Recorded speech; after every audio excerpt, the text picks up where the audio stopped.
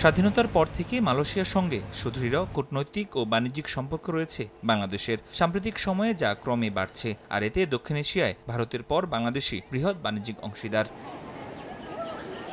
Malaysia থেকে বাংলাদেশ মোটা দাগে পেট্রোলিয়াম পণ্য, পাম অয়েল এবং রাসায়নিক আমদানি করে, আর টেক্সটাইল, পাদুকা এবং পেট্রোলিয়াম পণ্য রফতানি করে। তথ্য বলছে ২০২৪ সালে দুই দেশের মোট বাণিজ্যের পরিমাণ ছিল $2.92 বিলিয়ন, যা ২০২৩ সালের তুলনায় ৫% বেশি।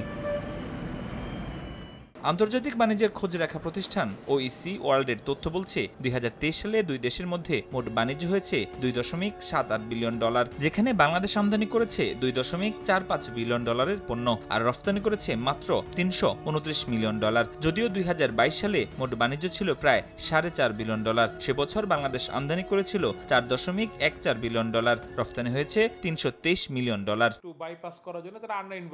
রফতানিকারকরা বলছেন দেশটির আমলাতান্ত্রিক ও কাস্টম জটিলতায় রফতানিতে সুবিধা করতে পারছে না বাংলাদেশ। পাশাপাশি অসাধু ব্যবসায়ীদের শুল্ক ফাঁকি দেওয়ার প্রবণতায় রফতানি বাড়াতে পারছে না তারা। মালয়েশিয়াতে কিছু আমলাতান্ত্রিক জটিলতা আছে আমাদের মতোই, এবং আমরা যেগুলো রেড টেপ ব্যারিয়ার বলি বা দুর্নীতি বলি, তো সেই জায়গাগুলোতেও আসলে আমাদের লোকেরা খুব পরিমাণে এক্সপার্ট না সেই দুর্নীতিগুলোকে ওভারকাম করে ব্যবসা করার বিষয়ে। ওইখানে আমাদের এখান থেকে কিছু ট্রেডার্সরা খুব কম দামে, স্টক লটের দামে ওইখানকার ডিউটি ফাঁকি দেওয়ার জন্যে বা নানান অবৈধভাবে গুডস নেওয়ার জন্যে কিছু পন্থা অবলম্বন করে থাকে।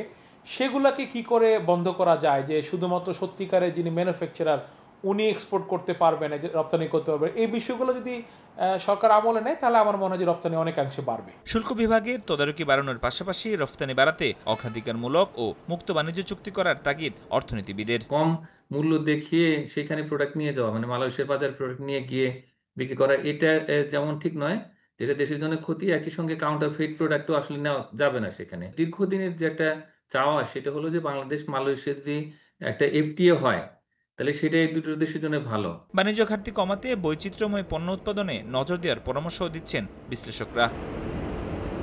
ফরহাদুর রহমান, সময় সংবাদ, ঢাকা।